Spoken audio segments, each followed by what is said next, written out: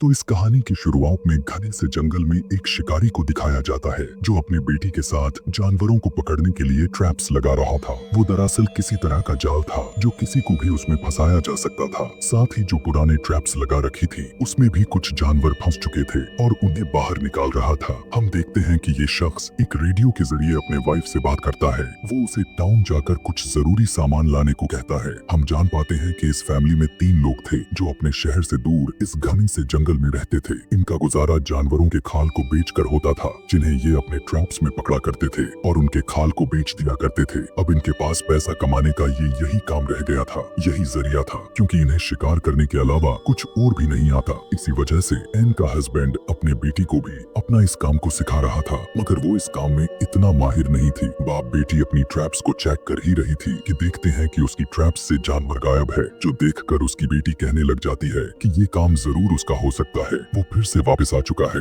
दरअसल वो यहाँ भेड़िए की बात कर रही थी, जिससे हम समझ पाते हैं कि ये पहली बार नहीं था जो ऐसा उनके साथ हुआ था। उधर एन जानवरों की खाल को लेकर स्टोर में बेचने के लिए जाती है, जहाँ वो काफी परेशान नजर आ रही थी, क्योंकि खाल की कीमत गिरने की वजह से ना तो उसे सही से पैसे मिल रहे थे और ना ही खाने के लिए भर पेट सामान मिलता है। उसकी परेशानी को देखते हुए दुकान का मालिक कहता है कि आम जानवरों के खाल के इतने ही पैसे होते हैं। अगर तुम्हें ज्यादा से ज्यादा पैसों की जरूरत है और तुम्हें चाहिए भी तो तुम्हें भेड़िए की खाल लाकर बेचनी पड़ेगी। मगर फिर भी एन परेशान ही नजर आ रही थी, यह सोचकर कि मैं भेड़िए की खाल कहां से लाकर दूंगी। वो वहां पर लगी हुई पोस्टर को बहुत ही गौर से देखने लग गई थी जो किराए के घर के थे, और अच्छे जॉब की उसकी चेहरे को देखकर लग रहा था कि वो घर भी लेना चाहती है और अच्छी जॉब भी करना चाहती है, मगर किसी वजह से वो नहीं कर सकती थी। उसे शिकार भी करना पसंद नहीं था। वो भी यही चाहती है कि हम जंगल की बजाय टाउन में रहे और मैं अपनी बेटी की अच्छी स्कूल में भेजकर पढ़ा सकूं। लेकिन क्योंकि अब उनके पास इतने सारे पैसे नहीं थे, इसीलिए वो सोचते हुए घर वापस आ जाती है।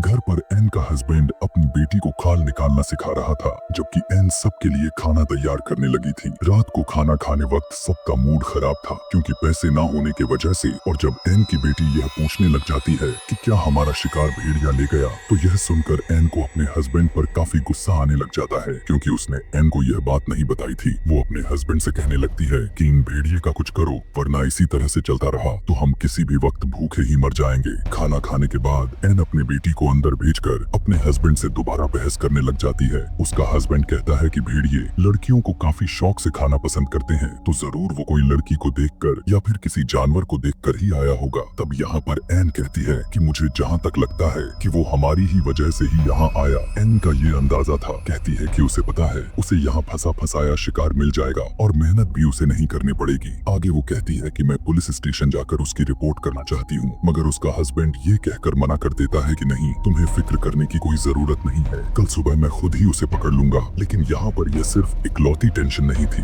एन उसे वही पोस्टर दिखाते हुए कहती है कि ऐसे कब तक गुजारा चलेगा। मैं ऐसा करती हूँ कि किसी अच्छी सी जगह पर जॉब करके कुछ पैसे कमा लेती हूँ, फिर हमारा अच्छा खासा गुजारा होने लग जाएगा। लेकिन उसका हस्बैंड यह कहकर मना कर देता है कि हम शिकार के अलावा कुछ नहीं कर सकते और हमें कुछ आता भी तो नहीं है। इसके बाद ये दोनों बाहर आ जाते हैं। यहाँ पर भी एन अपने हस्बैंड को समझाए ही जा रही थी कि देखो, आप अपनी बेटी के लिए कुछ नहीं सोच रहे, ये जिंदगी आपने ही तो चुनी है, आपकी वजह से मैंने चुनी है, मगर हमारी बेटी को कोई भी चॉइस नहीं मिली जिसे वो चुन पाती। वो जो करना चाहती है उसे करने दीजिए। उसे तो उस टाइम अपने पढ़ाई की टेंशन होनी चाहिए, न कि जानवरों की, भेड़िए की। इस तरह से जंगल में आखिर कौन इंसान रहता है? ये कोई समझदारी वाली बात थोड़ी है। मगर लाख समझाने के बाद भी उसके हस्बैंड को कुछ भी पल्ले नहीं पड़ रहा था। वो कहने लगा कि जैसे हम इधर रहते हैं, इसी तरह से हमारे आगे के आने वाले नस्ल भी ऐसे ही इधर रहेगी। मतलब यह था कि कुछ भी हो जाए, उनका यह जंगल नहीं छूटने वाला था। फिर अगली सुबह जब वो भेड़िए के शिकार पर जा रहा था, तो अपने बेटी की जिद करने पर वो उसे भी अपने साथ लेकर जाता है। जब उसे यह पता चलता है कि उसकी बेटी शिकार पर अपने डैड के साथ गई है, तो वो अपने हस्बैंड से रेडियो के जरिए बात करती है। वो कहने लग जाता है कि जैसे ही मुझे भेड़िए के होने का एहसास हुआ, शिकार की नौबत आई, तो मैं उसी टाइम इसे वापस भेज दूंगा। वो समय भी आ जाता है क्योंकि उन्हें भेड़ियों के पैरों का निशान भी दिखाई देने लग गया था।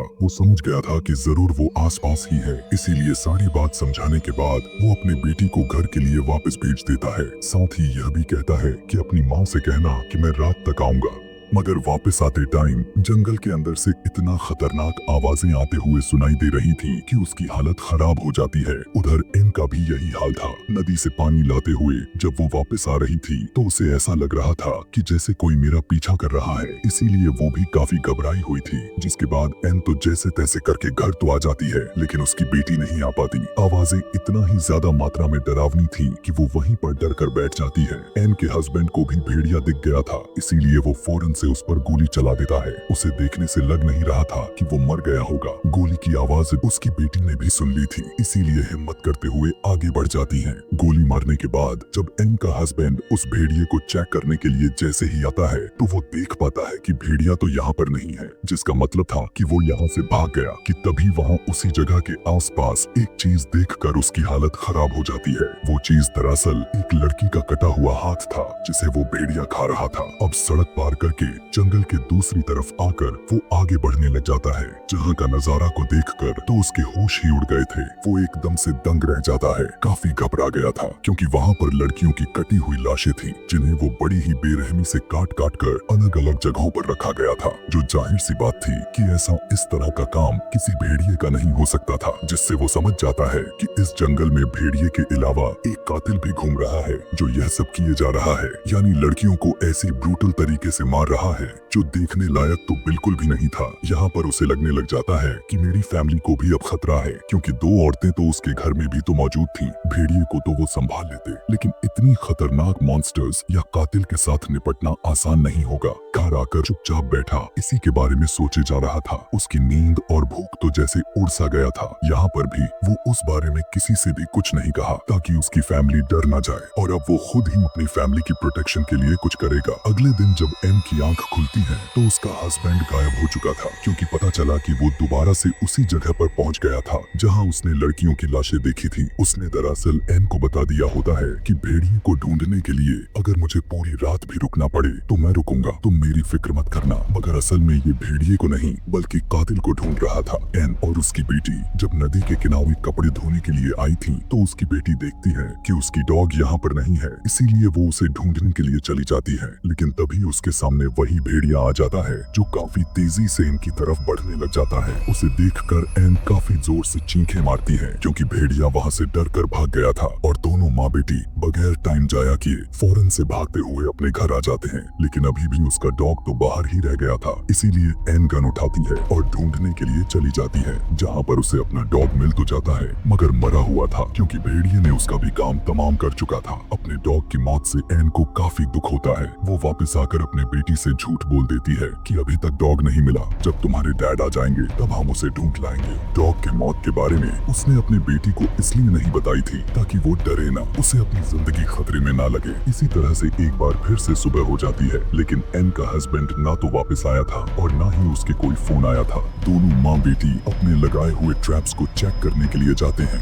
जहाँ आज भी इनका एक शिकार गायब हो चुका था। उसी जगह पर एन को एक अंगूठी मिल गई थी, जो देखकर एकदम से वो कांप जाती है, क्योंकि जरूर ये उसी लड़की की होगी जिस भेड़िए ने खाया है। इसीलिए वो सीधा पुलिस स्टेशन में चली जाती है ताकि वो भेड़िए के खिलाफ रिपोर्ट करवा सके, ताकि उसे पकड़ लिया जाए। उधर पुलिस ऑफिसर्स की बॉस एक भालू की लाश को लेकर जब पुलिस स्टेशन वापस आ रहे थे तो उन्हें रास्ते में एक खाली गाड़ी दिखती है, जिसे पहले तो वो उसे काफी गौर से देखते हैं, मगर उस पर ज्यादा ध्यान न देते हुए पुलिस स्टेशन में आ जाते हैं। वहाँ पर एन पहले से ही मौजूद थी। एन उन्हें सारी बात बता देती है, जिस पर वो कहने लग जाते हैं कि इसका कुछ नहीं हो सकता है, क्योंकि आपका एरिया हमारे अंडर नहीं आता। साथ ही हम भेड़िए को भी नहीं पकड़ सकते, क्योंकि उसकी कोई गलती है ही नहीं। वो कोई इंसान थोड़ी है, वो तो जानवर है, उसे कोई समझ नहीं। वो बस वही कर रहा है जो उसे आदत है, वो हमेशा से ही करता आया है। जंगल में आप रहते हैं और आपका काम शिकार करना है, तो गलती किसकी है? मेरी थोड़ी है। गलती तो आपकी ही है ना कि भेड़िए की। अगर कोई कार्रवाई होती भी है तो आप लोग ही पर होगी, ना कि भेड़िए पर। और अब तो मदद तो नहीं मिली, इसीलिए एन को थोड़ा बहुत खाना लेकर घर वापस आना पड़ता है। फिर वो अपने डॉग को दफनाकर एक हिरण के बच्चे को मारकर अपने साथ घर ले आती है।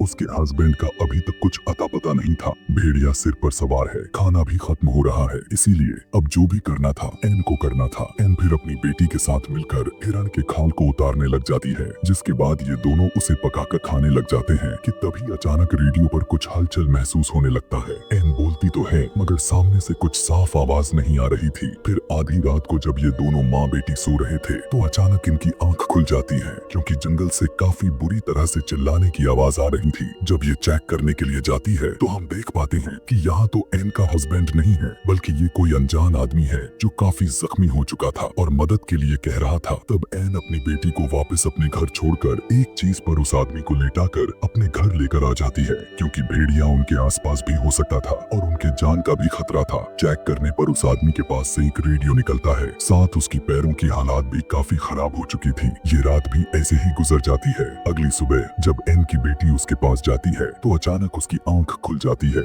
जिसकी वजह से वो काफी घबरा गई थी। इसीलिए फौरन से अपने मॉम को बुला लेती है। उसके मांगने पर एन उसे पानी भी पिलाती है और उसके पैर के जख्मों पर टांके भी लगाती है। उसे देखकर एन की बेटी को कुछ अजीब लग रहा था, इसीलिए वो अपने मॉम से कहने लग जाती है कि डैड ने कहा था कि कभी भी किसी भी अनजान आदमी पर भरोसा मत करना। यह सुनकर एन कहती है कि देखो उसकी हालात वो कितना जख्मी है, और अगर तुम्हारे डैड इधर होते तो वो भी इसकी मदद जरूर करते। उधर बॉस दोबारा से अपने पुलिस स्टेशन के लिए जा रहा था तो वो गाड़ी फिर से वहीं पर खड़ी हुई देखता है, जिससे वो समझ गया था कि पिछले 2 दिन से ये गाड़ी इधर ही खड़ी है। वो अपनी गाड़ी से उतरकर आसपास देखने और चेक करने लग जाता है कि आखिर बात क्या है, और जब उसे कोई भी दिखाई नहीं दे रहा था तब वो उस गाड़ी का नंबर को नोट कर लेता है। इधर जब वो अनजान आदमी होश में आता है तो अपना नाम लू बताता है। एन उससे पूछती है कि इस जंगल में ज्यादा लोग नहीं आते तो तुम इधर क्या कर रहे थे। उसकी बात का जवाब में लू बताने लग जाता है कि यही तो मेरा खासियत है। असल में मैं इस जंगल की तस्वीरें लेने के लिए आया था, मगर रास्ते में ही मेरी गाड़ी बिगड़ जाने की वजह से मैं पैदल ही जंगल में आगे बढ़ गया,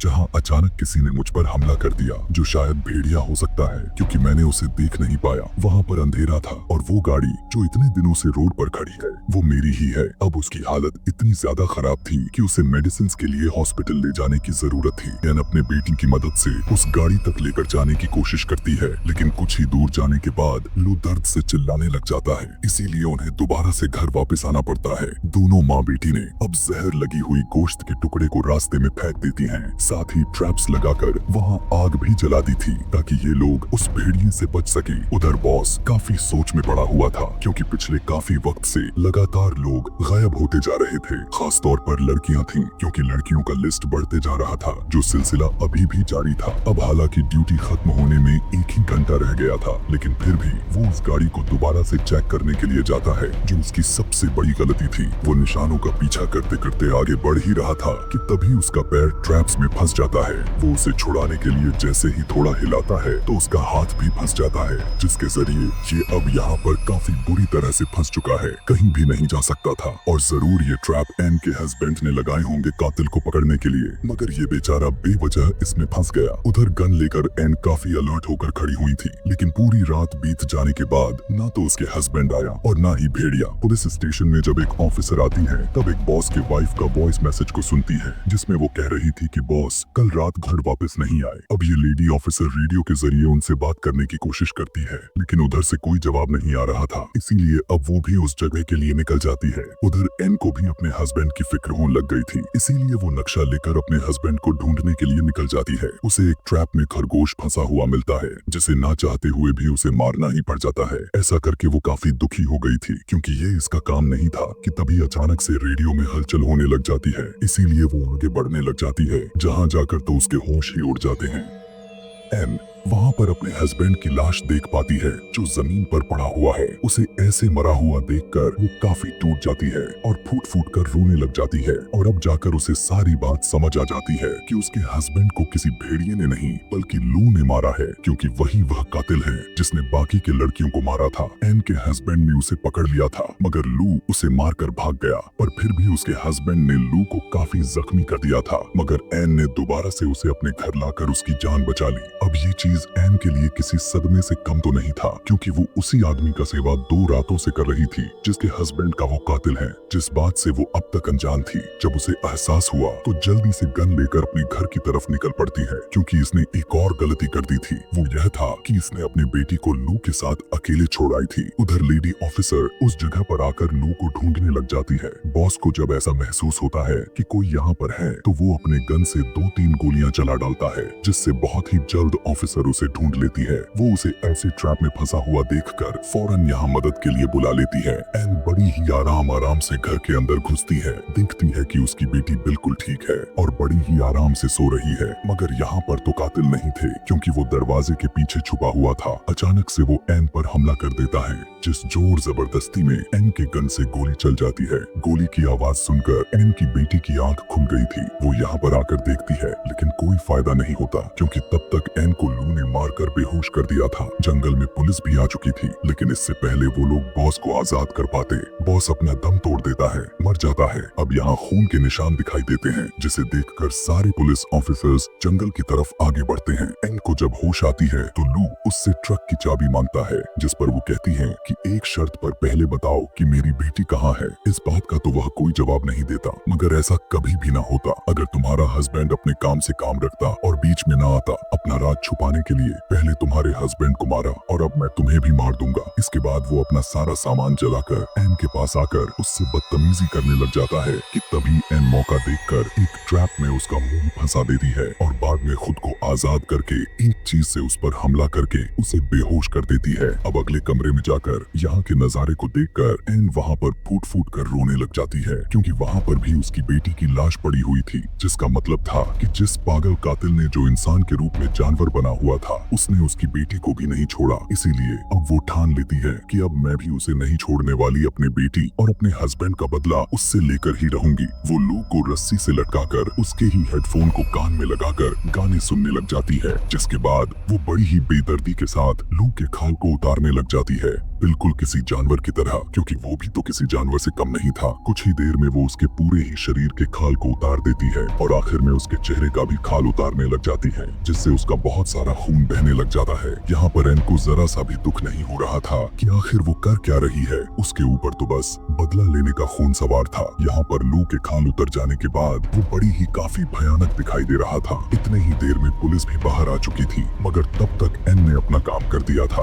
वो उसके चेहरे की खाल को अपने साथ बाहर लेकर निकलती है। यह देखकर पुलिस वाले काफी हैरान थे। वो उसके चेहरे की जिल्द को पुलिस वालों के पास फेंक देती है, जो देखकर उनके होश उड़ जाते हैं। पुलिस अंदर जाकर जब चेक करती है, जहाँ पर लू अभी भी जी रहा था, लेकिन उसकी हालात बहुत ही ज्यादा खराब थी, इसीलिए वो बस कुछ ही देर वो जिंदा रहने वाला था। गाने सुनते सुनते एक जगह पर एन बैठ जाती है और अपनी फैमिली की याद करते करते ही गाने को बंद कर देती है। और इसी के साथ ये दिल दहला देने वाली ये कहानी यहीं पर खत्म हो जाती है।